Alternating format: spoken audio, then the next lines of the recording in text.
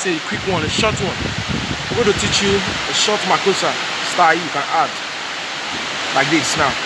We're at the key of C. I'm playing the key of C. This is your scale for the newcomers that just entered. This is your do, re, mi, fa, sol, la, ti, do, ti, do, so. So it goes like this.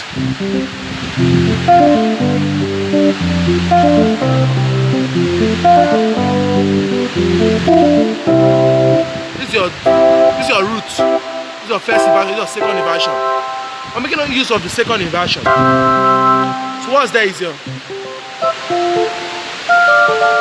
When you go to your do, fa, you go to your another fa. This is your fa again. This is an inverted chord. This is your fa. So what I played is that I go from the back. So fa re la so. Then and I go to the so again. And I go back to my do again. So watch. Your 1, your 4, then your 4 again. Then you go back, you rush your 4, then you go back to your so.